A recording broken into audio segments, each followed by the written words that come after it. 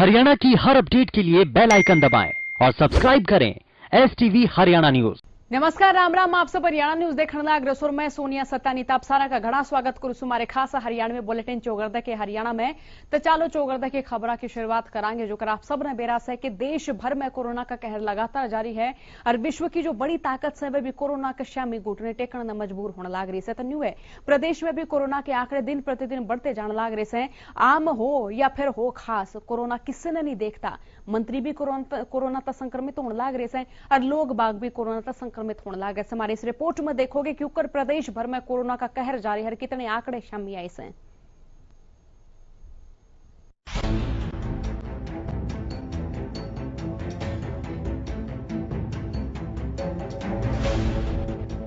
प्रदेश सरकार की लाख कोशिशों के बावजूद हरियाणा में कोरोना अपने रिकॉर्ड स्तर पर पहुंच रहा है। बुधवार ने स्वास्थ्य विभाग की ओर से जारी आंकड़ा के मुताबिक 24 घंटे में प्रदेश में रिकॉर्ड 1694 केस सामने आए और 17 संक्रमित मरीजों ने दम तोड़ा। प्रदेश में आम होया खास, वह भी कोरोना की चपेट मार लग रहे हैं। कोरोना संक्रमित होने के बाद गुरुग्राम के अस्पताल में भर्ती सीएम मनोहर लाल की कोरोना जांच रिपोर्ट एक बार फिर से पॉजिटिव आई है। तनु ने हरियाणा विधानसभा में एक अंडर सेक्रेटरी भी संक्रमित पाया गया। आपने बता दें कि पहले अभी विधानसभा का स्टाफ संक्रमित हो चुका है। ताजा सरकारी आंकड़े के मुताबिक ये बताइए प्रदेश में कोरोना के कुल 66,426 मामले की पुष्टि हो चुकी है, जबकि मरण आड़ा का आंकड़ा 706 हो गया है। तनु ने संक्रमण की दर 5.69% हो गई है, जबकि रिकवरी रेट 81.05% है। कोरोना के आंकड़े उस वक्त सामने आ रहे हैं जब प्रदेश में वीकेंड लॉकडाउन के आदेश को वापस लिया गया। ले लिए गए हैं। कोरोना संक्रमण ने रोकने खातर सरकार की ओर से युद्ध स्तर पर अभियान चलाया जा रहा है। प्रदेश के कई जिलों में बगैर मास्क के घूमने वाले लोगों पर भी सख्ती दिखाई जा रही है। बावजूद इसके प्रदेश में कोरोना के आंकड़े हर रोज नई ऊंचाइयों पर पहुंचने लग रहे हैं। तो ऐसे में जरूरत है कि आम लोग खुद समझदार बने और कोरोना संक्रमण ने रोकने में अपना योगदान देवें। एक बार फिर हम आपने बता दें कि भले ही लॉकडाउन के बाद अनलॉक की प्रक्रिया जारी हो, लेकिन कोरोना का खतरा उतना ही है जितना पहले था। यानी आप कोरोना से जब तक सुरक्षित हैं जब तक आप अपने घर में हैं। Bureau report Haryana news. Doctor लगातार जनता की सेवा करने लग रहे हैं, संक्रमिता ने लगातार ठीक करने की कोशिश करने लग रहे हैं, लेकिन उनकी गेला लगातार दुर्व्यवहार की खबर भी सामने आई है। तो ईसाई मामला फतेहाबाद के नकटा में देखने मिला। गांव नकटा में स्वास्थ्य विभाग की टीम का विरोध करने पे और स्वास्थ्य विभाग की टीम का सामान आग के हवाले करने पे पुलिस ने मामला दर्ज कराया है। पुलिस ने रतिया के SMO डॉक्टर भरत की शिकायत पर मामला दर्ज कराया है। पुलिस ने अज्ञात बदमाशा के खिलाफ धारा 186, 147, 149, 269 के तहत मामला दर्ज कराया। इसी की गेले आरोपियों पर नेशनल डिजास्टर मैनेजमेंट एक्ट के तहत भी मामला दर्ज कराया गया। फतेहाबाद के DSP अजय सिंह का कहना है कि डॉक्टर पुलिस की ओर से सुरक्षा भी उपलब्ध कराई जाएगी। मामले में फतेहाबाद के SP ने जिले के सारे अध्यक्षों तय सख्त निर्देश दिए हैं और पुलिस का नु कहना है कि तावड़े आरोपी गिरफ्तार कर लिए जाएंगे जिनने इन डॉक्टरों की गेला स्वास्थ्य विभाग की टीम की गेला अभद्र व्यवहार कराया है। नकटा में हमारी कल टीम गई थी, नागपुर PSC इंचार्ज के नेतृत्व में सैंपल लेने गई थी। वहाँ पे कॉन्टैक्ट ट्रेसिंग के सैंपल लेने थे, तो गांव वाले इकट्ठे हो गए और एंटीजन किट्स थी हमारी, उनको आग के हवाले कर दिया गया। क्या पुलिस को शिकायत दे दी गई है? पुलिस को हमने कंप्लेन कर दी है, सदर थाना फतेहाबाद में शिकायत दे दी गई है। क्या अपील करना चाहोगे? अपील ये है कि लोग हमारे से कोऑपरेट करें, थोड़ा इस सैम्पलिंग के दौरान सैम्पलिंग कोऑपरेट करें और ताकि हम कोरोना से जल्दी जल्दी निजात पा सकें।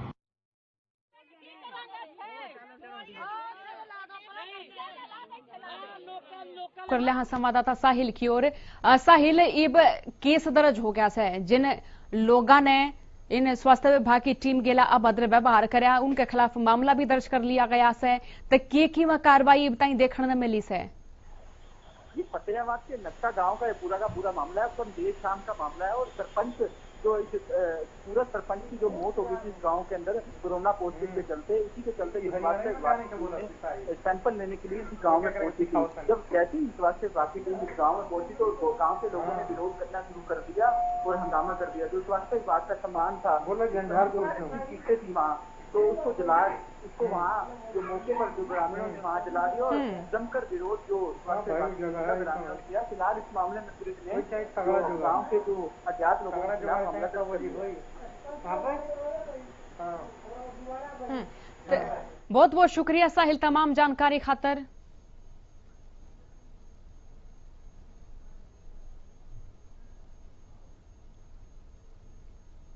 प्रदेश का किसान इस साल की शुरुआत लगातार परेशान नजर आया। सईब कपास नरमे की फसल तो उम्मीद जताई जा रही थी कि कितना कितने यह फसल किसाना की जो आवक से उसमें खरी साबित होगी, लेकिन नाउमीदी किसाना ने फिर नजर आ रही से यह फसल प्रदेश के कई इलाका में खराब होती दिखने लग रही है। सिरसा में उपायुक्त रमेश चंद्र ने बारिश से खराब हुई निर्मर कपास की फसल का जायजा लिया। इस दौरान विभाग के अधिकारी भी उनकी गिला मौजूद रहे। बता दें कि उपायुक्त ने दड़बा कला गांव, नाथोसरी कला, नहराणा और माखोसराणी गांव पहुंचकर प्रभावित फसल का जायजा लिया और किसाना गिला बातचीत करी। इस मौके पर किसाना ने मुआवजा देने की भी बात कही है, तो वहीं उपायुक्त ने किसाना तक आशा कि उन्हें चिंता करने की कोई जरूरत को ना, प्रशासन उनकी गिल्या खड़ा सर सरकार तक उनकी बात पहुंचाएंगे। एग्रीकल्चर स्टाफ को आंकलन करने के लिए कहा है और 2-3 दिन के अंदर वो रिपोर्ट दे देंगे। किसानों को इसमें चिंता करने की आवश्यकता नहीं, प्रशासन किसानों का पूरा सहयोग करेगा इस विषय पर। अभी नहीं कह सकते, अभी कुछ फील्ड्स देखे थे, उनमें कुछ जगह नुकसान था, कुछ जगह बिल्कुल भी नुकसान नहीं था, तो लेकिन बहुत ज़्यादा एरिया में नहीं है, कुछ एक एरिया में है और इसका आंकलन किया जाएगा। फिलहाल प्रदेश के अलग अलग किसान, अलग अलग जिले के किसान अलग अलग मुद्दे न लेकर सरकार का विरोध करते हुए नजर आ रहे हैं। नुए फरीदाबाद में भी किसाना ने किसान संघर्ष समिति के बैनर तले सेक्टर 12 लघु सचिवालय पर जमकर प्रदर्शन कराया और इन किसाना का आरोप है कि 1995 में इनकी जमीन अधिग्रहण कर ली थी और फिर वह जो प्रक्रिया थी वह पूर्ण रूप से 1998 में देखी गई। बाद में मुआवजा बढ़ाने की मांग न लेकर ये लोग कोर्ट भी गए और जड़े 2019 में इनके पक्ष में फैसला सुना दिया गया। किसाना के मुताबिक कोर्ट ने सरकार तक बढ़ा हुआ मुआवजा देने के आदेश दिए। किसाना का न्यू भी आरोप है कि 2019 में कोर्ट ने उनके पक्ष में आदेश दिए थे, लेकिन जब तक लेकर ये बताई उनने मुआवजे की पूरी राशि नहीं दी गई से किसाना ने जल्द से जल्द मुआवजा देने की मांग करी से। आश्वासन मिला प्रशासन के तौर से, लेकिन हम इंकलाबी गए थे, इंकलाबी हमें यही आश्वासन दिया गया था जो आश्वासन यहाँ दिया गया। वहाँ अपने पंकज यादव जी बैठे हैं, चीफ जो है हमारे एडमिनिस्ट्रेटर, और यहाँ प्रदीप भैया जी बैठे हैं। दोनों की एक ही बात रहती है। हम डीसी साहब से 3 बार मिले, डीसी साहब ने भी वही बात कही। ये कहते हैं सरकार के पास पैसा नहीं है, लेकिन सरकार के पास पैसा हम कहते हैं जो हमारी जमीन आप लोगों ने ली है उसमें से 50% जमीन गवर्नमेंट बेच चुकी है। हमारा टोटल मुआवजा सुप्रीम कोर्ट के ऑर्डर के मुताबिक 1210 रुपये बनता है, लेकिन ये गवर्नमेंट जो है 50% जमीन को 30,000 रुपये गज अपनी जमीन को बेच चुकी है। जो 30,000 रुपये गज का इन्होंने दिया था उसके ऊपर जो अनाउंसमेंट है हमारी 410 रुपये हुई सुप्रीम कोर्ट से। इन लोगों ने उन लोगों के ऊपर डाल करके 400 रुपये पर स्क्वायर गज के हिसाब से 4,000 रुपये स्क्वायर के हिसाब से पब्लिक में डाल दिया। गुरुग्राम में क्राइम लगातार बढ़ता जा रहा है और इससे बीच हरियाणा न्यूज लगातार उन खबरों ने प्रमुखता दिखाने लग रहा है। हरियाणा न्यूज की खबर का असर देखने मिला है। अरीब प्रशासन जाग्या से और जो अपराधी फरार हो रहे से यानी कि जो भगोड़े घोषित हो रहे हैं उनकी प्रॉपर्टी प्रशासन जब्त करेगा और जब्त करके नीलामीकरण का जो प्लान है वो बनाया गया। देखो पूरी रिपोर्ट हमारी।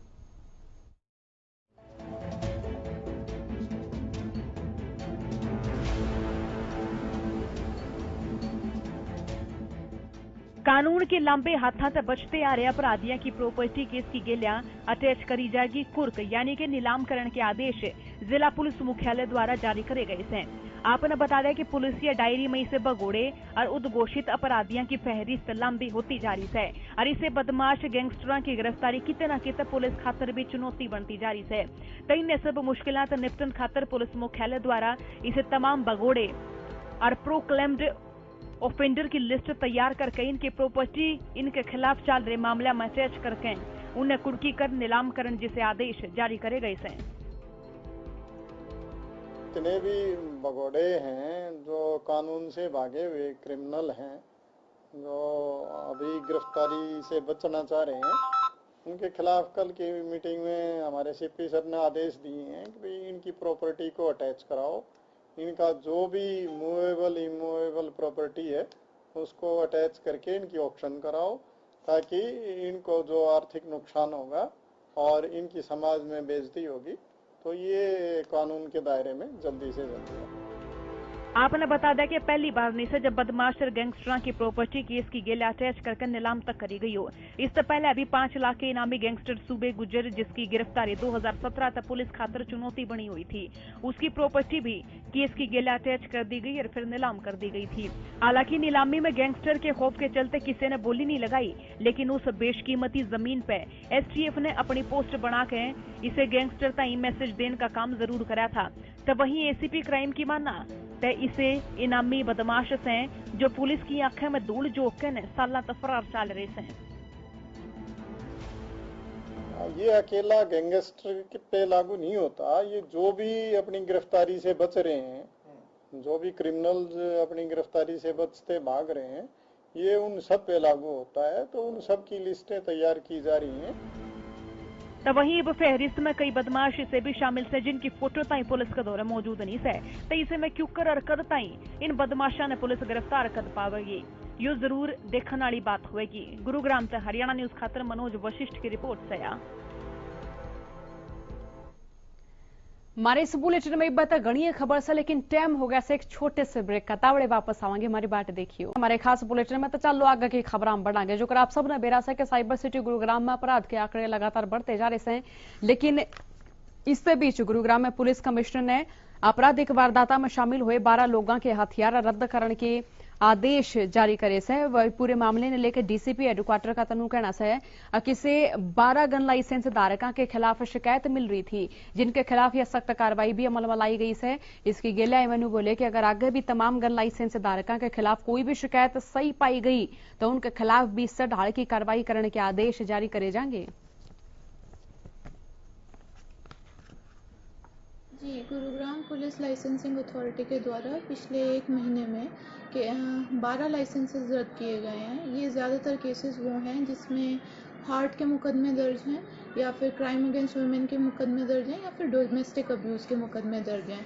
और लाइसेंसिंग अथॉरिटी को ये लगा कि पब्लिक में इनकी वजह से फियर फैल रहा है, तो ग्रेटर पब्लिक इंटरेस्ट के चलते हमने लाइसेंसेस रद्द किए हैं।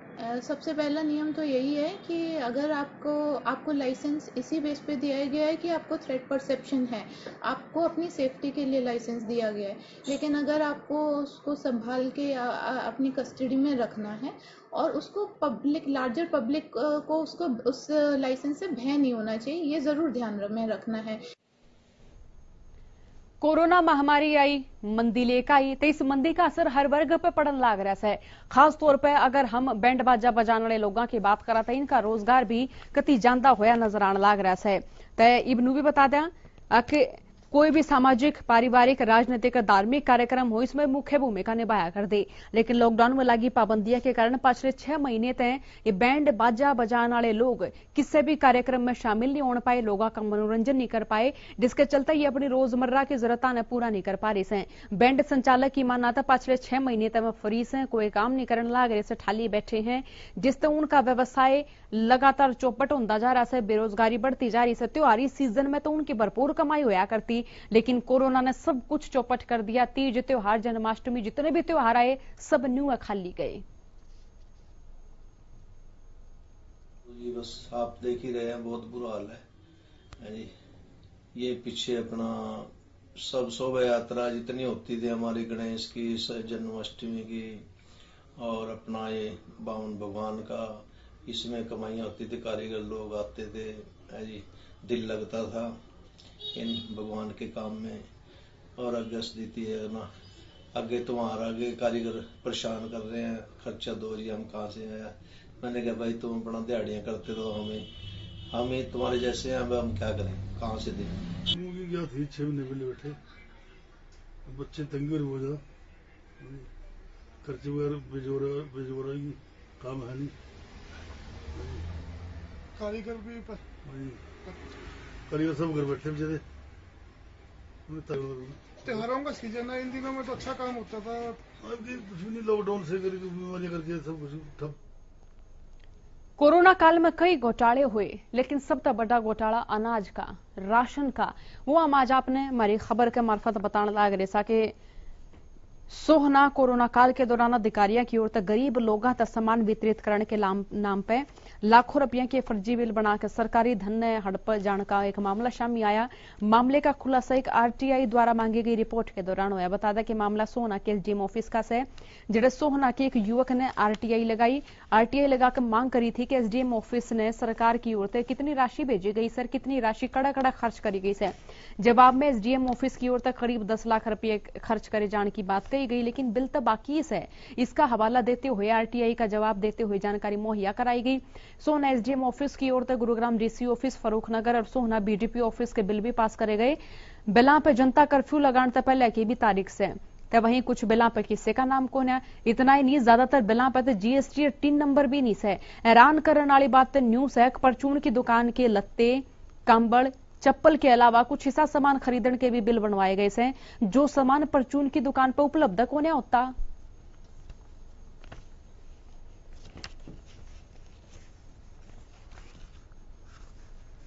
बीस को मिली है, जिसमें यह दिखाया गया है कि 9,93,081 रुपए अब तक खर्च हो चुके हैं और कुछ बिल के अभी बिल भुगतान नहीं किया गया है, जिसका भुगतान कर दिया जाएगा और उसके बिल भी आपको उपलब्ध करा दिए जाएंगे जी। तो उसमें मुझे कई चीजें ये आरटीआई मैंने प्राप्त की थी जी। मैं आपको इसमें कुछ चीजें दिखाना चाहता हूं जो मुझे अटपटी लगी जी और शायद जांच का भी विषय है जी।